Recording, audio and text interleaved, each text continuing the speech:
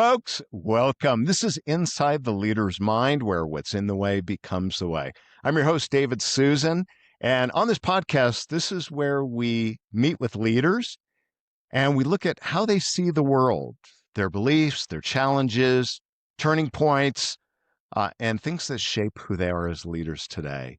I'm excited for our guest today, Sean Agnew. Sean bridges worlds between the boardroom, clinic, and the creative room, between strategy and story, between vision and velocity, and his superpower, helping leaders break through by translating insights across domains that rarely speak the same language. Sean, welcome. Good to have you with me today. Thanks you, David. Pleasure to be here. All right, we just got to start. First of all, I want to talk about, before you tell me your journey and kind of what you do now, I want to talk about a little bit of what you said in that intro, right? Can you just explain a little bit about what you mean by bridging worlds and that whole kind of what I talked about there? Well, it comes from me being, as one of my best friends from I grew up with from grade school calls me, the Black Forrest Gump. So having so many different disparate engagements growing up. So for a number of years, I was in the entertainment industry. For a number of years, I had the pleasure of working for an icon in software. For a number of years, I got another wonderful opportunity that was a happenstance and took to work for a gentleman that ended up launching a company that went from a startup to a $3.6 billion buyout. For a number of years, I was mentored by a legend in network marketing and got to experience that up close and personal. And then have been very fortunate to be around some very, very talented people in the corporate world as a leader. So I've found that I've been able to take some pieces from all of those experiences.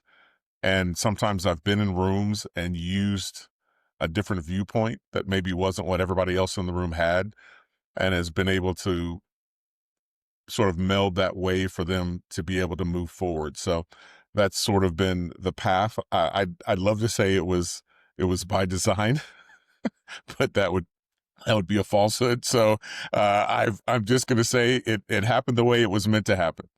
There you go. And I have that belief. I used to say that every day, twice a day for 2 years straight.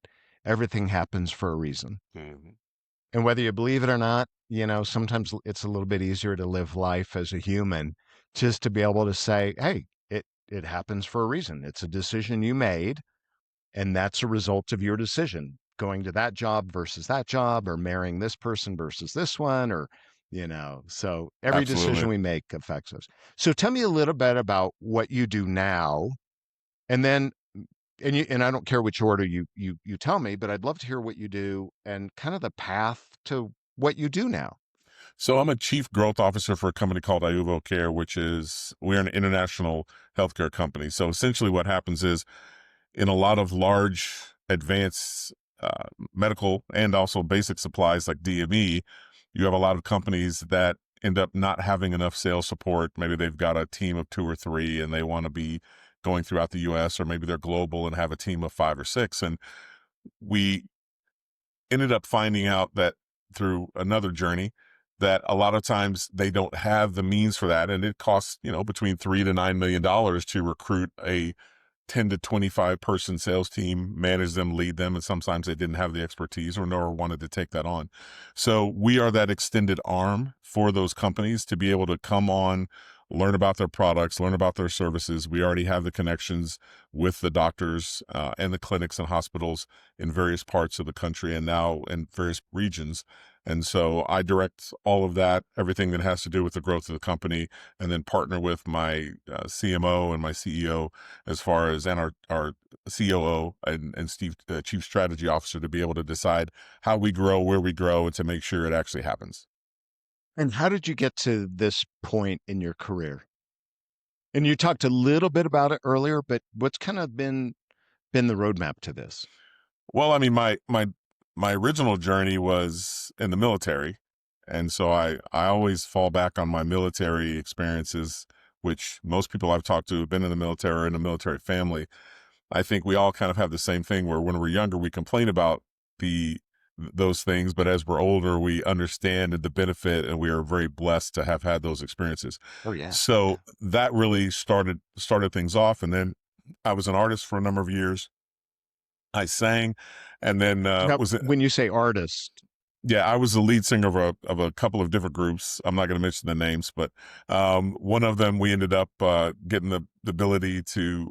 We played the second stage of the very first two Lollapaloozas, so that'll tell you my age, right there. So, and I was always the guy that ended up interacting with the record label folks and doing the business end of things. So I ended up transitioning, worked for a number of labels. After that, ended up being on the International Music Managers Forum for a number of years. And then when I left that world, because it always happens based on a job or a girl, right, or a guy, I ended up, my wife didn't necessarily like that lifestyle. And so I left that and ended up going into sales because I always liked people and I love the communication. I actually went to school in Europe for business communication. So it seemed very natural. And from there, went on to love being a salesperson, love learning about sales, basically being a sponge of anybody I knew who was successful and modeling them and what they did. And as I said, from some of the journeys earlier, from network marketing to healthcare to software, I realized it was all the same thing with different wrappers. So it was basically being able to sit down and having the wherewithal to listen to someone, find out what they really were saying, because what ends up happening, as we all know in sales, is people buy what they want. But if you're really good in sales, you're selling them what they want, but underlying, you're giving them what they need. So that was always the way I approached it. That's how I was taught, and has served me well.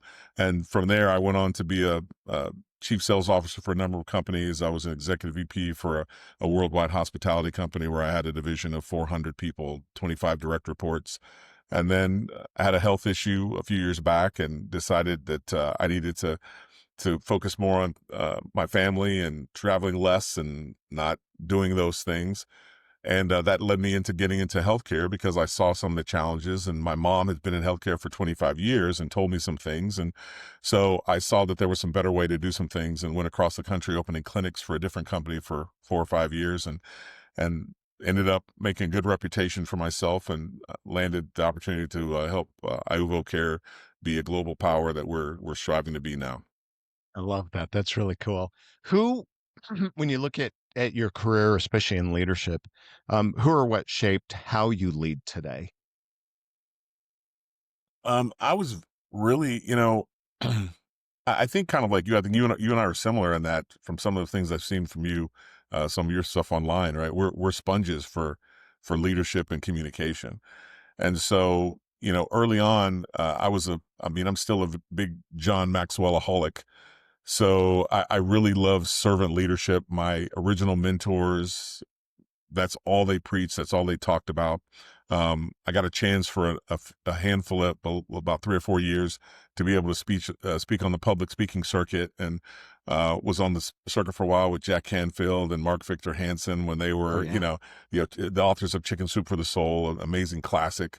Getting to be sponges for them. Les Brown took me under his wing when I was 28, and got the chance to really learn from him. And then the ultimate probably was I got the opportunity to speak with Dr. Stephen Covey before he passed. So those were all really great moments. And what they did was they really got me the opportunity to see what good leadership was up close and personal, and to be able to ask questions.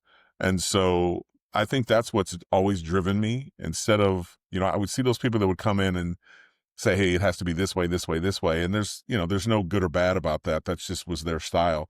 But for me, I was always Socratic, and I wanted to find out the inner workings. And I think part of that was I grew up, reading mystery novels all the time, the Hardy Boys and, Nancy Drew and all that stuff. So I think that really got me to look at conversations differently when I would have that. And I think that's always been the way I've been, and that's how I've taught my leaders that I've worked with. Now, so if you look at the specific leaders you had, were they like you? Did you look up to them in the sense of going, oh my gosh, I want to be just like you?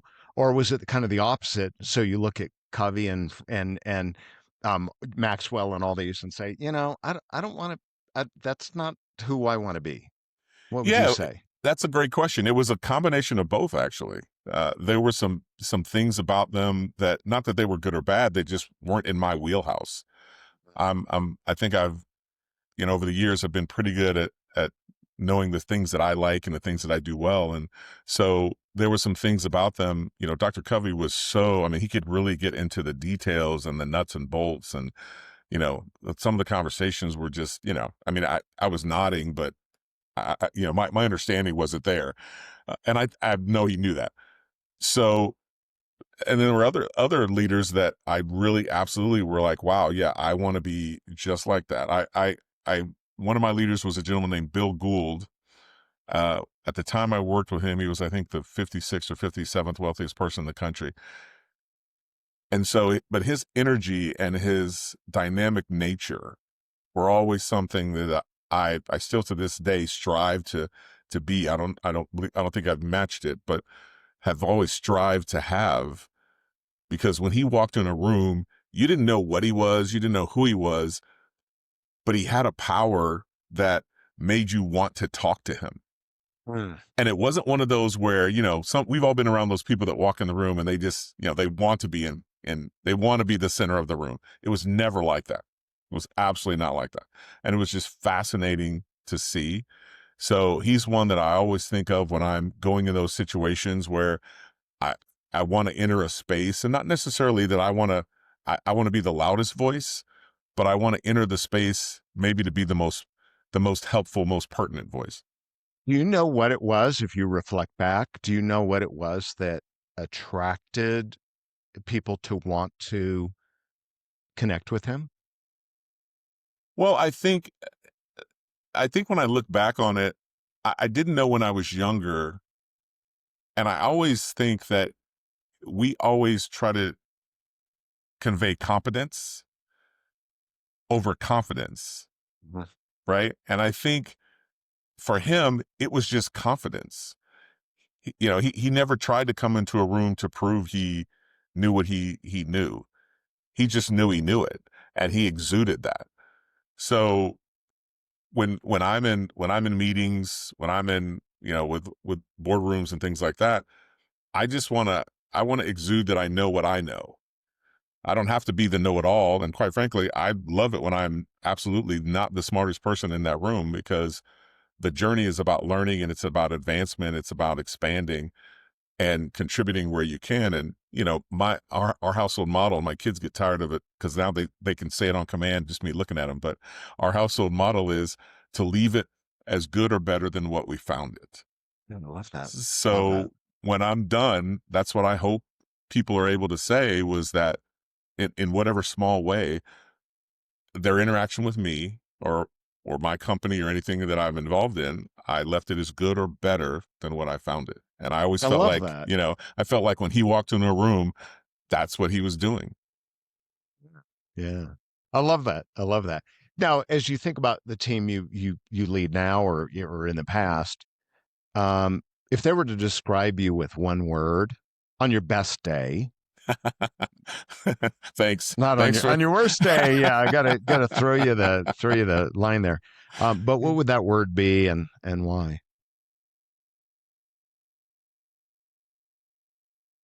If I had to go through everybody, just from the comments that they've given me over the years, dependable. Dependable. Because if I say I'm going to do it, I'm going to do it.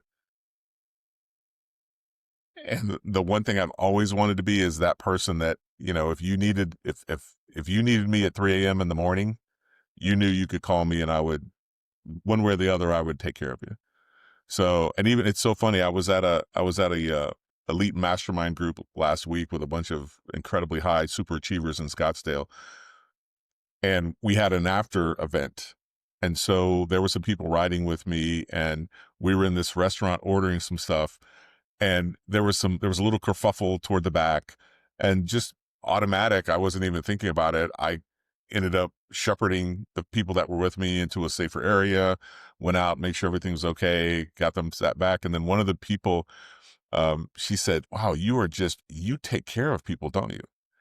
And I, once again, didn't think about it, wasn't trying to make an impression, but it is who I am. So it was interesting that she had that read, and I think we'd known each other probably a course of about 18 minutes at that moment. So, yeah.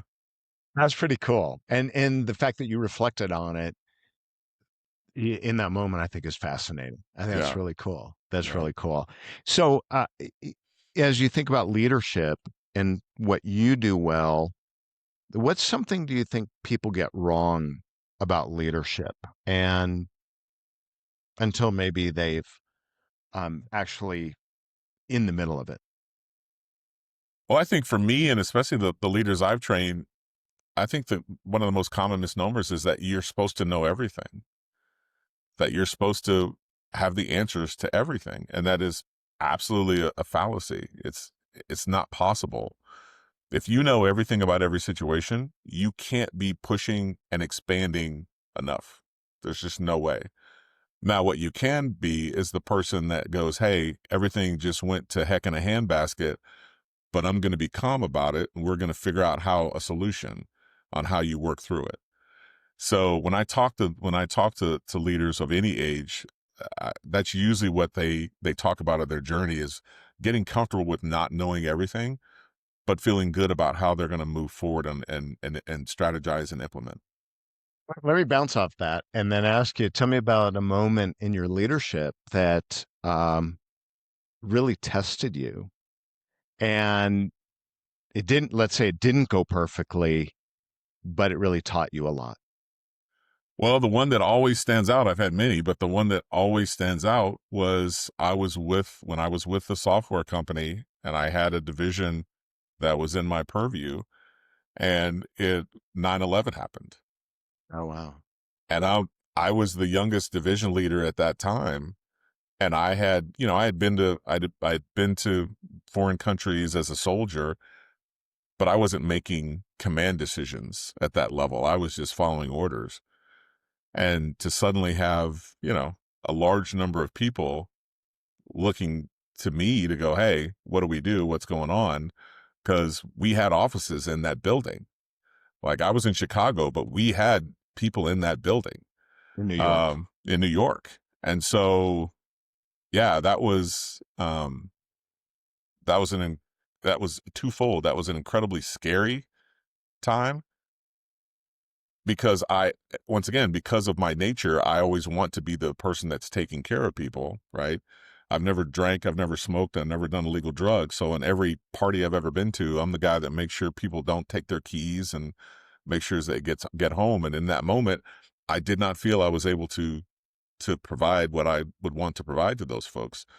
Now, most of them over the years have come to me and been very, very kind and said they felt comforted by my responses. But to this day, I don't feel that way. So So, what did you learn from that moment then? well, I think in a large way, I learned that control is an illusion. It's 100% mental, just like fear. It's an illusion. And we have ultimate control of how we respond to those things. So in that moment, I felt helpless, and then later that got me to realize that was a figment of my imagination, that I could control what I could control. And so that's always been something since that day that I've tried to embody. And I go back to that moment. I mean, you kind of see it on my body language. I go back to that moment periodically just to remind myself. So if you were going back in time and you were going to whisper to yourself back then, what would you have said? What would you tell yourself? I would say it's okay to feel what you're feeling. It's okay to not know what the next step is, as long as you're there for everybody, as long as you're there for the people who look up for you, and whether that's just listening and not necessarily having an answer. Because, typically most men, we're wired to try to answer things. So, and I'm hyper on that. So I would have told myself, hey, you don't have to have all the answers right now. You just got to be there. You just got to be there.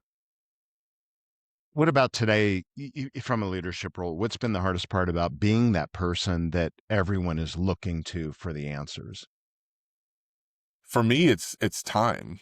I'm a helper by nature, so I have people who want me to help them and reach out and things like that, and there's not enough time in the day, right?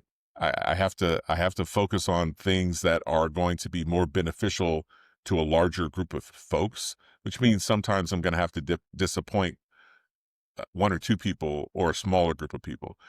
So much to the point that I have people that help me to make sure that I don't do that, because I know I'm going to, if I'm asked, I'm going to help. So I have to put some buffers in for time to make sure that I'm able to focus on the larger picture versus getting down into, helping one or two people.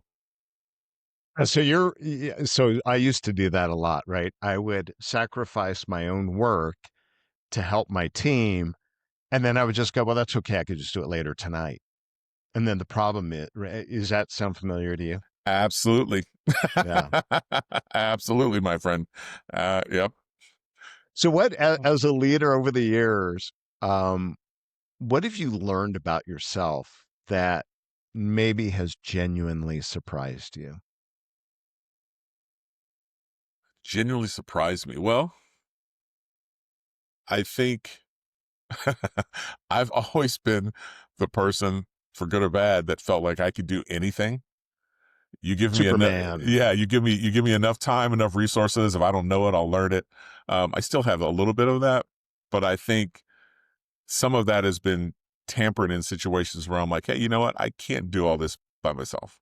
Like I have to lean on other people. I have to let other people do what they do. And actually had a mentor mid-career that his saying was always, I do what I do best and I pay someone else to do the rest. And I always used to shake my head. I'm like, why? I'll just learn, but as I've gotten older and hopefully wiser, I'm more sitting fine with that now these days, where I 100% see where he was coming from, and I see why he was doing that and why he was trying to pound that into my really thick skull at the time. So, It's that whole idea, and I love it from Now Discover Your Strengths, the book, and it's leverage your strength and manage your weakness. yep. And I think what we do, and if you're those of you that are listening to this, if you're a parent, sometimes, and I've got 3 kids, thank goodness I read that book when my kids were little, because I think what we tend to do, and we do it with people, we do it with our employees, we do it with our teams, is we say, I got to make you better at this because you're not good at time management. You're not good at organization. You're not good at, writing. And what the book talks about is you leverage your strength and manage the weakness. And what we tend to do is try to bring the weakness up. But then what happens is we don't focus and leverage the strength. So now we become mediocre. And so with kids, and my analogy is to leadership. With my kids, I've always tried to look at them and go, what are their real strengths? Because Mm, yeah, you have to know enough to get by, right? You got to read basic read and write, right? But what are their real natural strengths that they have this affinity toward, and push them toward that and leverage that? And then, so with employees, like in my keynote, and I'm going to share this with you in my keynote, I explain, I say, you can't turn a cat into a dog. mm, And there's a picture on the cover of my book of a cat and a dog, and people go, "What is that?"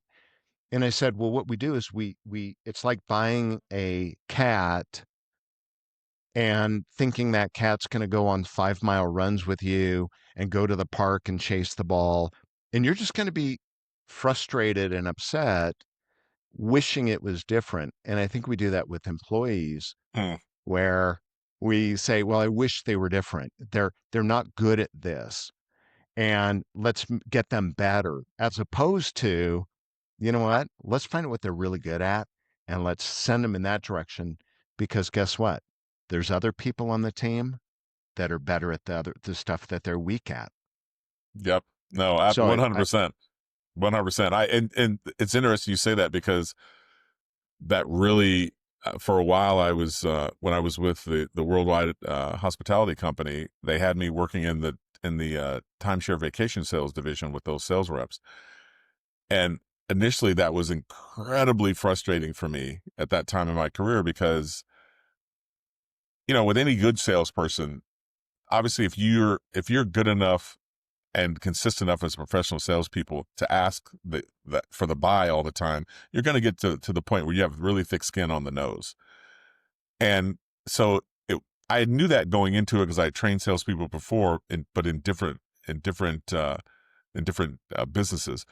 But what I found with that was like trying to train, like cowboys, right? Because it wasn't just that no wasn't the answer. It was like they would try to find any way to go outside of the SOP. So I had to really find creative ways to leverage their strengths, to your point, because initially the first 5 or 6 months, I was trying to change their weaknesses, which was Yeah. incredibly frustrating. And what I was doing is I was taking some of the best salespeople and trying to mute them, which would not work for them and it would not work for the company and for the Yeah. results. Yeah. So yeah, that's interesting you say that. And I think also as leaders, to go back to some of what you said, I think as leaders, it's looking at what we're really strong at and Yep. leveraging our strength. And I learned this many years ago. I hired an assistant, and it is by far the best thing I ever did because I, it was so much easier for me to have the creative ideas and do the high level work. And then the little things hand off to someone else who loved doing that stuff. Yep. And we had this perfect synergy, and it's one of the most productive I've been. And what I tell leaders now and is oftentimes they say, well, I don't have my own assistant, and we don't have the budget for that. And that's where I come in. And it's like, all right, how can we find a way to get you someone that can help you? Because you're going to take your productivity and your results through the roof. You Absolutely. know, I'm Absolutely. wondering, have you had to deal with this at all yourself? Oh yeah. I mean, Like, I've had that in so many different iterations that I just know, once again, the things that I'm not good at, that, I've had to fight myself because, like I said, I told you earlier, I felt like I could do anything. Give me enough time, I'll learn whatever. yeah, But yeah, yeah, there's certain things that, to your point, which is probably really important, is that to not just get somebody who's good at it, but somebody who actually enjoys enjoy it. that. That Yeah. makes a huge difference on productivity. I'm going to share this because the people who are listening say, well, who would love doing the stuff you hate? You would be shocked. Like I stand in a room when I do a keynote with 1,000 people and I'll say, raise your hand if you like to clean. Yep. And the hands that go up and people, and they get this grin on their face and they get so excited about cleaning. And you're like, you got to be kidding. And I'll say, how many of you who in the room loves, organizing like a garage? And people raise their hand. And I'm like, so if I needed help, you love it so much, you would do it for free. And they're like, yeah, I would love it. So what we don't realize, I think sometimes is people think that you're dumping on them Hmm. things you don't like. Right. But if you find the right people on your team and you Yep. hire the right people, they don't see it as dumping. Yeah. They see it as, oh my gosh, this is you're creating the greatest. I have the greatest day ever today because I got to do that for you. Yeah. And people can't imagine that. It's Yep. fascinating. It really Hey, is. I do want to ask you, what do you think your team right now, what do you think your team needs from you right now, but they may not say it out loud? That's tough because I really am very blessed and promote my team to be very forthright about pretty much everything. So most of the things they'll tell me, fortunately, because I've sought out those people, because I've had those people in the past that would not do that. But if I had to guess, I would say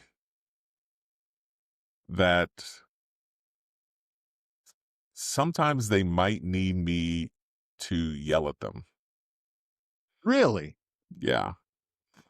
I They would ask you for that. Is that what you're saying? I think so. And I just say that because once again, in my military background, when I was in, I had I had a number of drill sergeants, but I had a drill sergeant Joe Jackson. I will remember this man till my last breath. And he was just on me all the time, like all the time. And I was a squad leader. And no matter what, if my squad came in first and whatever the case may be, it wasn't good enough. He would come and talk to me, yell at me, whatever. And I remember as we graduated and he walked off, there was another drill sergeant who came up and it was his best friend. And he said, good job to you. Good luck in your service. He said, I just want you to know, you do understand you're his absolute favorite, right? I go, what? Like, you're kidding. I'm his favorite? I hate to see the person he likes the least if I'm his favorite, right? And he goes, no, he said, he sees something in you. He talks about you every single day and the fact of what he sees that you could become and what you could do. He said, I know you didn't know it, and I know he's never going to tell you, which is why I took a moment to tell you before you left the base. And that was incredibly eye-opening for me and meaningful. And like I said, I account Joe Sergeant Jackson for a lot of the things that make me who I am today. And I think over the years, when I came out of the military, I think I was much more, it's got to be this way, much more stern. And I think whether it's kids, old age, or life, whatever the case may be, I've wanted to have a softer hand. And I think sometimes there may be they may want just a taste of the Sean from 15, 20 years ago. Yeah. So Yeah, oh my gosh. You're so funny. You're so funny. Well, last a couple questions here. Podcast is inside the leader's mind. What's in the way becomes the way. And people ask me about all that a lot, and they say, "Well, what do you mean by that?" Well, I want you to think, because you'll answer it with his question: is what is something that once felt like an obstacle for you, but actually became a strength or a turning point for you? well, the main thing for me, I think, was I didn't take a traditional route into business. And because I went to school, most of my schooling was outside the US. And for a lot of years, probably a decade or so, I always felt like that was a hindrance to me and that was an impediment. And I mean, the last 15 or 20 years, it's been the exact opposite. It's allowed me to be a person that you can drop in the middle of virtually anything, and I'll get it right pretty quickly, and I'm able to be adaptable, to be a chameleon of sorts. And that has really, really served me very, very well. So I think early on, that was what it was thinking that because I didn't come in a traditional route like some of my friends and buddies and went to, one specific school in the States for 4 years and ended up doing an internship and doing this and going and staying with this company. Yeah, for like a good 10, 12 years, I felt like that was an impediment to me. But yeah, now I couldn't have imagined going another route, and I've definitely seen the blessings of that. I think that's kind of life, and I think it goes to the comment you made earlier about as you get older. We look at what happens to us is what some people believe, and it's not until you look back and say, "Wait a minute, it was every decision, every micro decision I made, everything that happened made me who I am." And I think it's a decision that we as humans make, or leaders make, or high performers make, is to look at it as a strength and say, well, how do I leverage that? Yep. Why is that good? Yep. I have a buddy that moved. He was a military brat, and I think they moved. It was so funny when I worked with him, he had 35 different addresses, previous addresses. So when he would fill out applications, it was a nightmare. Yep. And it is the greatest thing in the world for this guy because it's made him who he is. And had he not been through that, I mean, it could have obviously it could have crashed and burned, Sure. but it just his resilience, change, adversity. He's like, that's my life. I don't know any different. And he Yeah. turns into, I call it turning into the storm. He just Mm. turns into it. And so thank you for sharing that. I love that. I Yeah, love that's that. awesome. Yeah, I try to teach that to my kids and my especially my daughter, my youngest, because she's already lived in what 5 states already, and she's only 8. So yeah, I tell her how lucky she is. yeah, exactly. Yeah, they don't see it that way, but oh man, aren't you lucky? Yeah. You are so lucky. I love it. All right, last Yeah. question. What is the question you wish people would ask you? They just don't know to ask you. Probably what scares you the most when you are growing or advancing a business or a project? And Yeah. the answer is For me, the answer is always, is the goal big enough? Is what we're trying to do big enough? Because I just feel like there's so much that comes out of that when you stretch. hmm, Whether you actually get to the end of that line or not, so much happens when you stretch. And so that's always the biggest thing for me is whenever whatever company I've been with and whatever the project is it big enough?